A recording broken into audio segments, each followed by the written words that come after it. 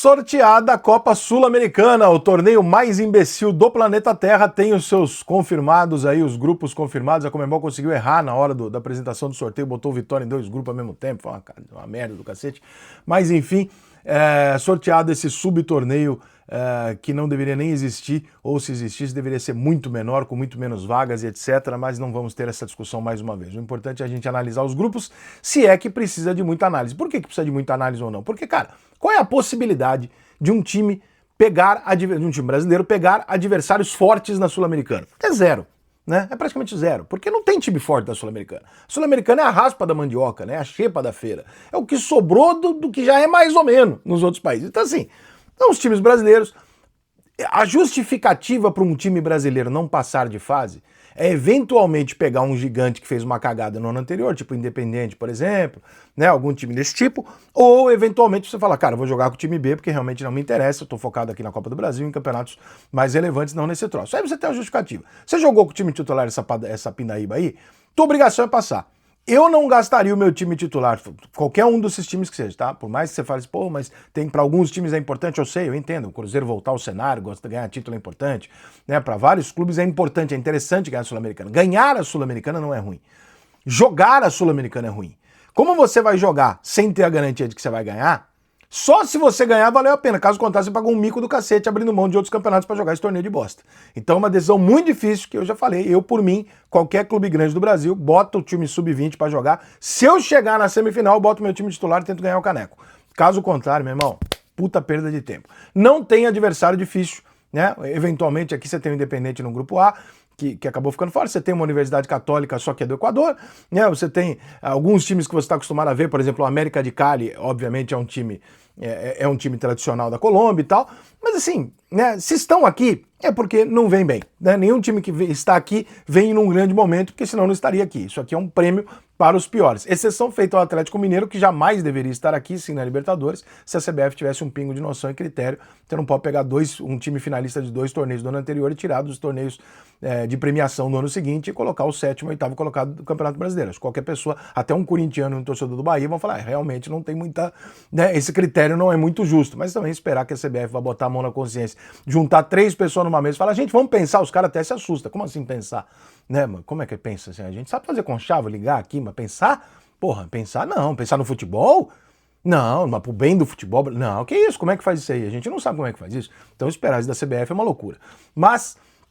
dito isso, os grupos são os seguintes: Independente da Argentina, Guarani do Paraguai, Nacional Potosí da Bolívia, vem a altitude aí, ó, Boston River do Uruguai. Não tem brasileiro no grupo A, também não tem no grupo B, tem Defensa e Justiça, Universidade Católica do Equador, Cerro Largo do Uruguai e o Vitória da Bahia. Desculpa, o Vitória da Bahia acabou entrando aqui no final aqui, como foi esse grupo que deu confusão. O Vitória apareceu, para quem não viu no sorteio, ele apareceu no grupo B e no D. E ele foi até o final, e foi apresentados os grupos definitivos com o Vitória em 2 grupos. Então ficou uma confusão ali do cacete. O Vitória terminou no B, esse aqui, tá? No terceiro grupo, o C, América de Cali da Colômbia, esse time é grande, Huracan da Argentina, Racing do Uruguai e o Corinthians. O Corinthians, em tese, tem um jogo aí difícil. Então, sim, o Corinthians pode, em algum momento ali, olhar e falar, porra, eu posso ter um problema na primeira fase da Sul-Americana. Sim, porque o América de Cali não é um timinho. Então, o Corinthians tem um adversário. O Grêmio pegou o Godoy Cruz da Argentina, Sportivo Luquenho do Paraguai e o Atlético Grau do Peru, que eu nunca ouvi falar. Então o Grêmio também, se quiser jogar a Vera Sul-Americana, vai passar o rodo, ou pelo menos tem que passar. Cruzeiro contra Palestino do Chile, União da Argentina e Muxuruna do Equador. Cruzeiro, pelo amor de Deus, você não me perca um ponto nesse grupo. Você perdeu um ponto nesse grupo, você tá de sacanagem. Fluminense contra União Espanhola do Chile, time médio. Once Caldas da Colômbia, time pequeno com um ano de sorte.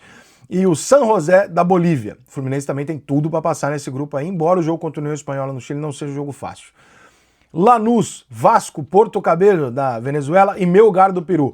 O Vasco tem um jogo contra o Lanús, que chegou a uma final de Libertadores em 2017, mas o Lanús é um time pequeno. O Lanús é um time de bairro, inclusive, com estádio de bairro e tal, um time pequeno. Eu estive lá para assistir Grêmio e Lanús. O Lanús é um time pequeno. E o Vasco tem, sim, todas as condições de passar nesse grupo da Sul-Americana. Talvez para o Vasco faça algum sentido focar na Sul-Americana. Se ele olhar para o brasileiro, para a Copa do Brasil, ele fala, cara, eu não tenho mais time que esses caras para bater. Aqui, talvez ele tenha a possibilidade de ganhar. Então, para o Vasco, assumindo a condição de não competitivo nas principais, ele pode entrar numa dessa, mas ele vai estar assumindo essa condição. Para os outros, Pô, com o investimento do Cruzeiro, não tem sentido nenhum. Mas o Vasco, esse ano aqui, é um time que faz algum sentido. Se olhar e falar, não posso disputar o Brasileiro e a Copa do Brasil, eu vou aqui. Então, pro Vasco faz algum sentido.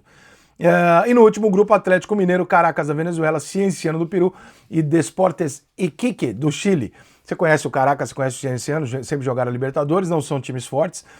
O Galão deve passar aí tranquilo, mas também eu tenho muita dúvidas com o elenco que o Atlético tem, com a condição que ele tem, com o começo do ano que ele teve, se ele vai focar nessa porcaria. Claro que quando tiver jogo de quarta-feira, o jogo no final de semana for em Minas Gerais, na Arena ou no Mineirão, o Galo vai acabar jogando com o time titular.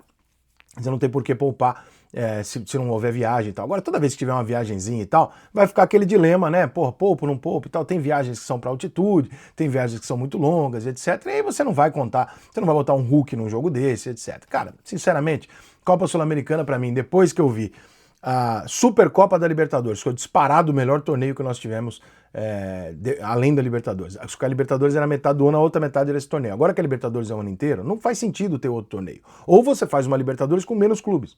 E aí você dá à Copa Sul-Americana a possibilidade de você ter mais clubes interessantes do que você ter os 40 e poucos clubes que jogam a Libertadores, aí pega a raspa do que sobrou da Libertadores, foi eliminado na pré-fase, volta, vem pra Sul-Americana junto com aquele monte de porcaria que foi mal no campeonato venezuelano, colombiano, chileno, o cara junta esse bolo todo e faz um campeonato. Porra, meu irmão, pelo amor de Deus, isso é vergonhoso. Isso é uma tentativa de transformar a manata europeia de não sei quantos países com um dinheiro altíssimo na mesma coisa num continente sul-americano de terceiro mundo com poucos times com condição financeira. Não faz o menor sentido. Mas, né, como a regra é regra, o jogo é jogado e os times brasileiros não têm nem culhão e nem opção política de chegar lá e falar, tô fora, não vou jogar essa porra, a gente tem que ficar aí se submetendo a escolher entre os juniores ou o time titular. Mas responde aí pra mim uma coisa. Se você, torcedor de time grande, me venha você, torcedor de time pequeno, você tudo bem.